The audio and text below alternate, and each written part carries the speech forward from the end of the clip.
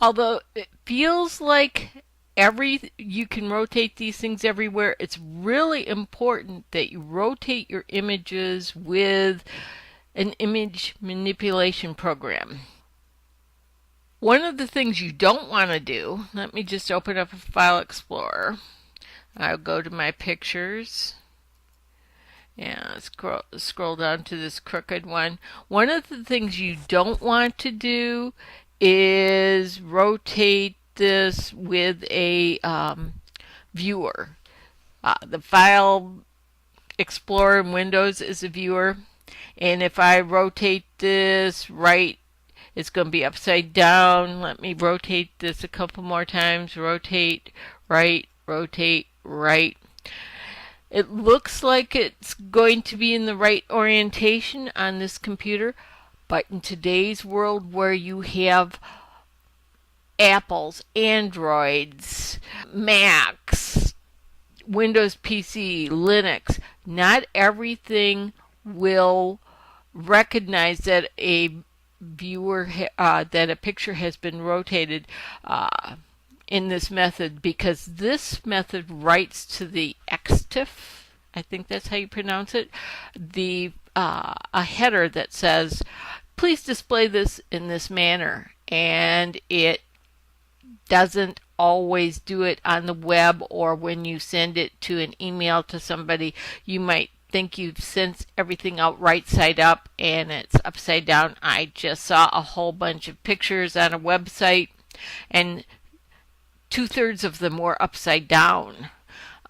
And I went to my Windows PC and it looked fine, but I was viewing them on an Android and they were all upside down. So not every device will honor an XTIF rotation. So you really need to rotate it in an image manipulation program, even if it's just Microsoft Paint. We're going to be talking about rotating images. This is under the transform category of tools. You can rotate an image horizontally, vertically. You can rotate it at 90 degrees clockwise, rotate it at 90 degrees counterclockwise, or rotate it 180 degrees. That's on the image menu on the transform submenu. You also have these features under the layer menu under transform. You can flip them horizontally, flip them vertically, rotate them at 90 degrees clockwise, 90 degrees counterclockwise, 180 degrees, or turn the drawing upside down, or you can rotate it at any angle. Let's just rotate this one clockwise, and look what happened. The layer rotated clockwise, but this area out here is what's going to be in our final image. That is what rotating the layer individually does. Let me undo that with Control Z, Control Z.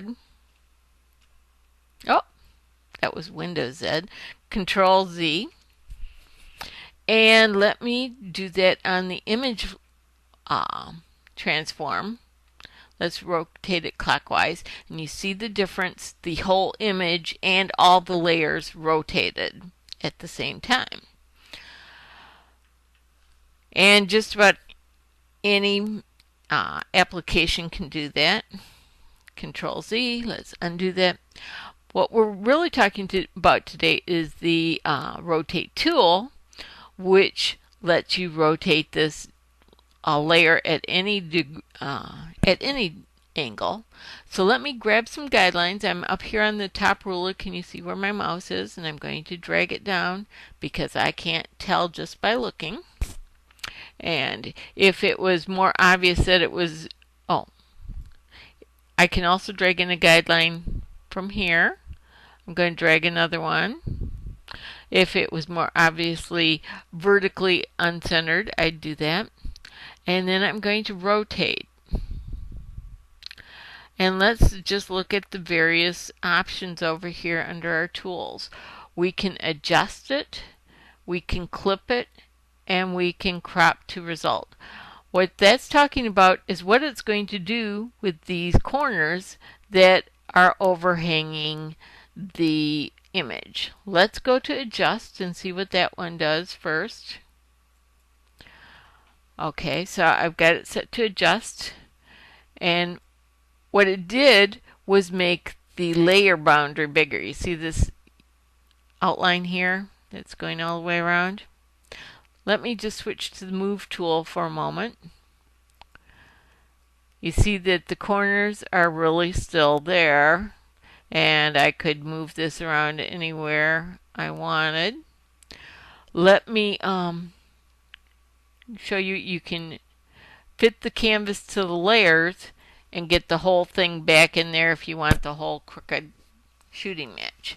Let's Control Z, Control Z, Control Z. Okay, we've got this crooked photo back. Let's go back to our rotation tool and let's take a look at the other corner options. So that was adjust, was made everything bigger.